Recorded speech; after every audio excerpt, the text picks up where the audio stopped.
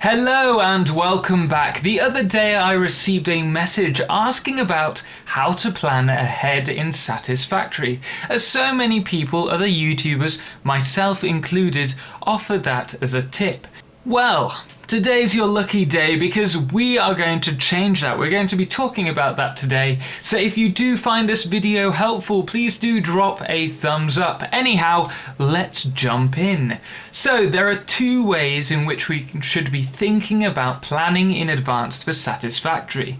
The first being for future updates, and the second being actually planning the factory out.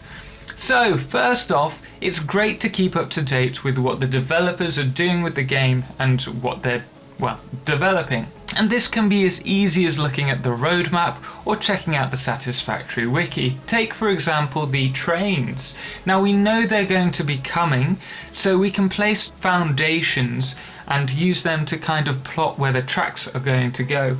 Also in regards to the nuclear power plants, we know that we're going to be receiving nuclear waste. Therefore, it's a really good idea to take that into account when we're building and think, actually we're going to need a small area a little bit further away to move that nuclear waste to, so that we don't end up giving ourselves radiation poisoning. All of these little things will help out later on in game. Now with these things in mind, we can actually start to plan our factories. And when it comes to factory planning, from the get-go, there are two really big rules to bear in mind. So firstly, pick a location that's easily accessible, and secondly, make sure that it's also easily extendable, because as the game develops, it's no doubt going to be extended.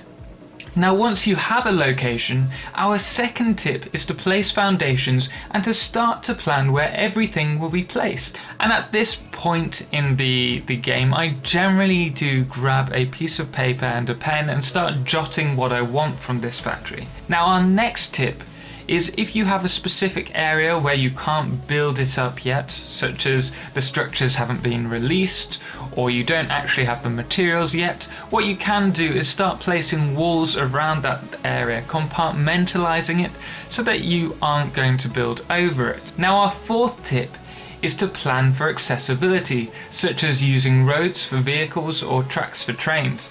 Now usually I plan each highway with 2 to 3 foundations width. That way we have a little extra room in case the factories are slightly too big.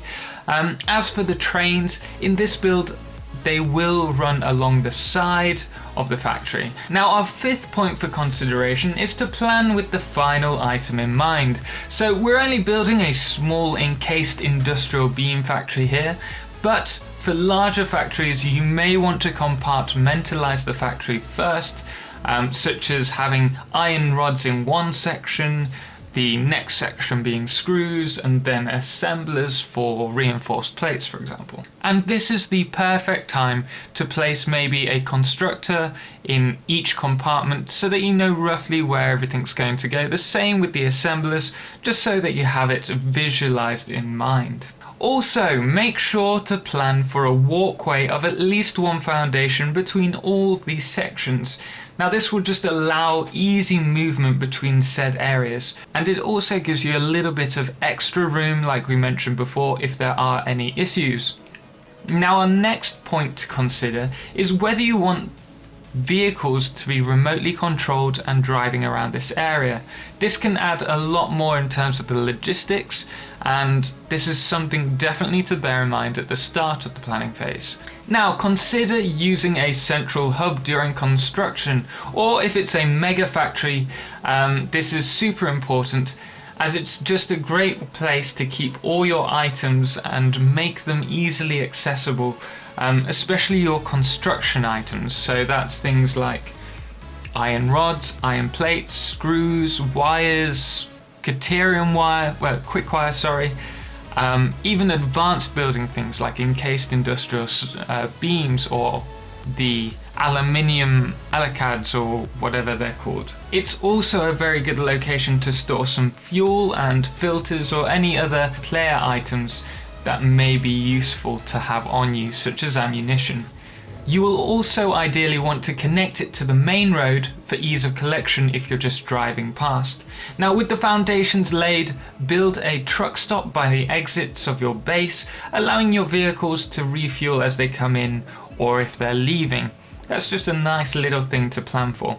Now the factory itself is also very dependent on your intentions, so you may want to export or import items, in which case logistics are going to be a much bigger thing for you and something that you're going to especially need to focus. Or perhaps you only wish to hold created items in the factory storage and therefore you have to have everything pulling to the bottom. Each of these styles requires you to plan what is best for your particular style. Now in this build, whenever I import items, I will be reducing them at the minor or early factory into the smallest components possible. For example, I'll be transferring the concrete here rather than the limestone because that's a waste of space on conveyors or space in vehicles, for example. Same with steel beams rather than importing the coal and the iron. These are all things that you want to be thinking of beforehand.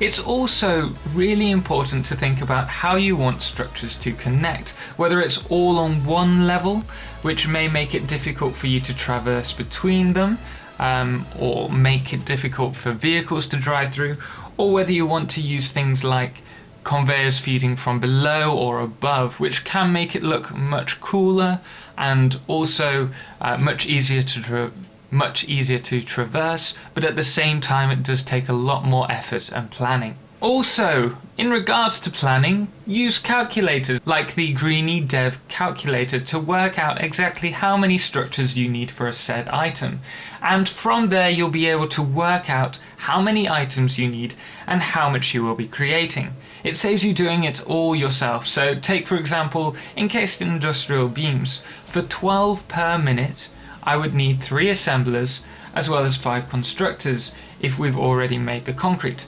Easy. And we can easily double that up as well. Now when planning larger factories, the most important thing to think about is item transportation. We already mentioned this before. The logistics can mess everything up if you don't have a good plan in action for your conveyor systems. Therefore, bear this in mind and use large buses to connect to each part of the factory. Or your other option is to create a spanning web flowing system. Either way, at the end of the process, items should be stored and next to an output to allow vehicles or the conveyors or a player to remove said items.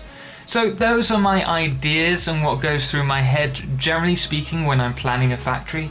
I do hope it helped you. It's quite difficult to really explain it all, and I've probably missed a few things. So if you guys have any good ideas that you bear in mind when you're planning your factory, do make sure that you mention them in the comment section below. And if you do want to see more, don't forget to subscribe. And like I mentioned at the start, if you do find this video helpful, it really does help me out if you click the thumbs up icon. Anyway guys, thank you so much for watching this video. Until next time, ciao for now.